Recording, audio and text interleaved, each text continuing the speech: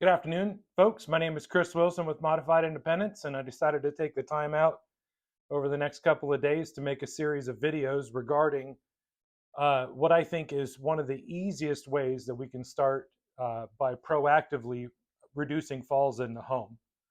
Um, I've tried to speak to many orthopedic surgeons and groups of orthopedic surgeons about this, and I feel very strongly that this would be a good place to start because we have to destigmatize the idea of seniors falling in the home as if it's their fault, or that somehow we're going to exercise the falls out of them. What I'm going to present to you today over the series of 4 videos is what I consider to be the easiest way that we can start this process, and that is to start working with people that are going to have planned surgeries. Okay.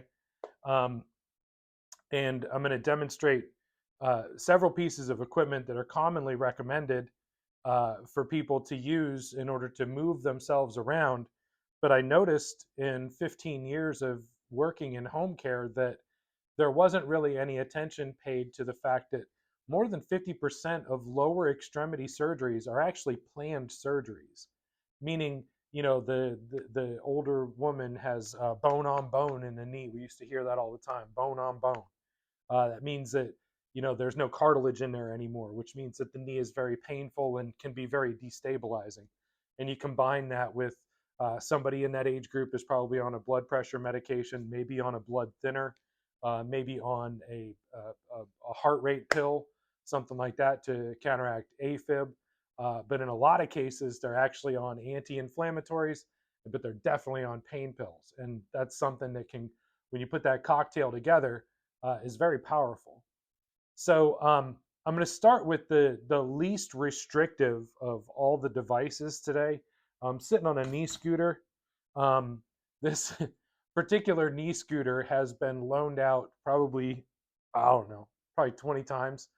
We actually got it for my wife because she went to a foot doctor who told her that she had a broken bone in her foot.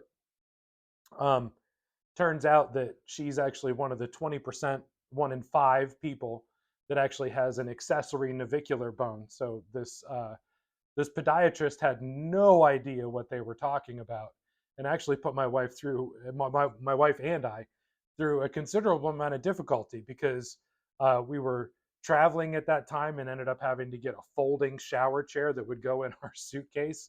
Um, that's very interesting when you go through the airport, especially in a foreign country with a folding shower chair in your suitcase, especially at the behest of a physician who should know better. So I'm going to start with the uh, the knee scooter here. It's called that for a specific reason, and I'm going to demonstrate that now.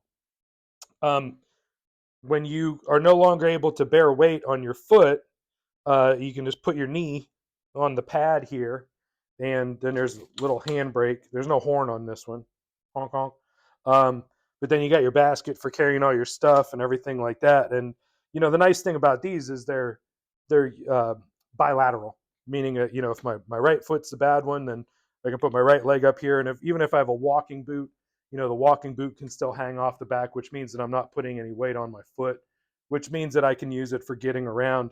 Bilateral means that if it was my left foot, then I'd be able to put my right leg down. I'm kind of a right dominant left eye person, so either way works for me. So I guess I'd be pretty adept at this. But I mean, if you have pretty good core strength, you can balance on one of these things pretty well. They roll back and forth pretty easily. If you got to stop, you can squeeze the brake, but it is a friction brake, which means that gradually over time, the more times you squeeze this, the more rubber you wear off of the wheel, and the less likely it is to be useful. So my goal with this video is to show the benefits and the shortcomings of some of the devices based on the weight-bearing status of the patient. Now, in this case, like we were talking, let's just say it's my left foot that is non-weight-bearing, but I'm a otherwise healthy person.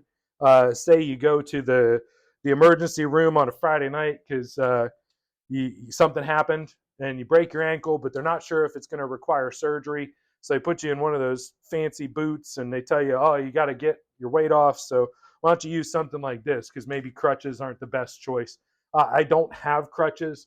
I've never recommended crutches because most of my patients are seniors, and I don't think that we need to have somebody in using devices like that. So, if you're younger, then you'd be using crutches, which again means that one of the feet is no longer weight bearing and the crutches are under the arm. So with the knee scooter here, you can see obviously there's the elongated office where Jackie and I have done our videos and everything like that. I've done several videos, including the video for the toilet safety rails there.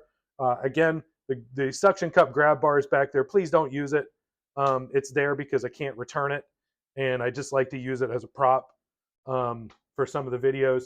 You can even see the tub transfer benches in there.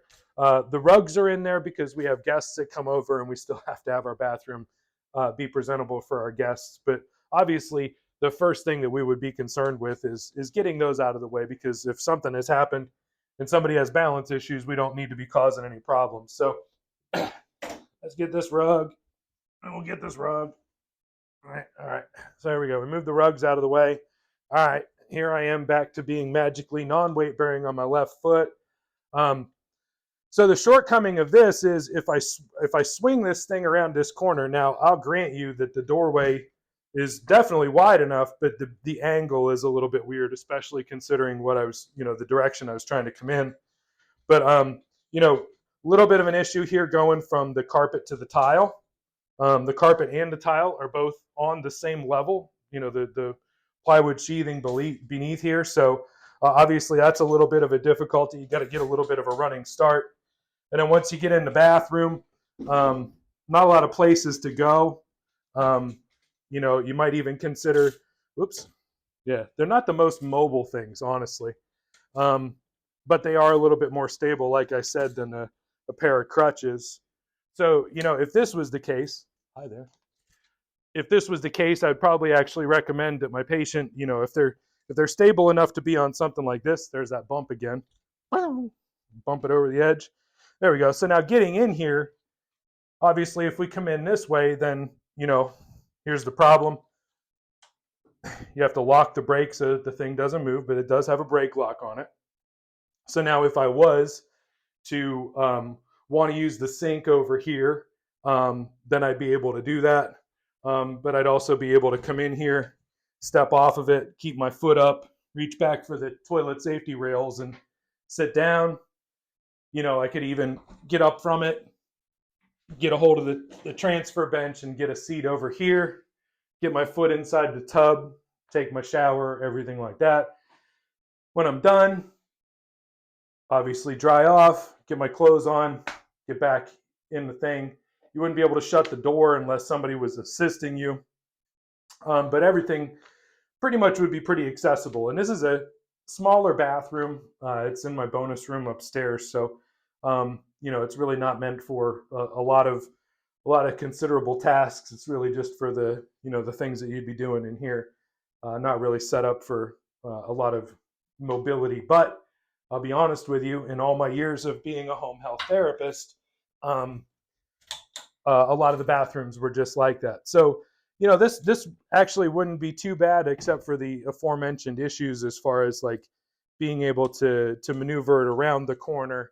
And obviously, it's a two-handed, one-person operation. Nobody can push you on this thing. That's not really a good idea, because you really need to maintain your center of gravity. So that's a knee scooter, and that would be for anything like middle tibia, fibula down to, breaking tarsals, or just, any kind of foot or lower leg injury that might require a surgery. And, if we can get in there and, with a doctor's order, help the person understand what needs to be done, then we can do things that are going to make the situation safer for them. And that's really the ultimate goal, is to answer those questions and help point them in the correct direction. So until the next ambulatory device, I hope you guys have a great day and be safe.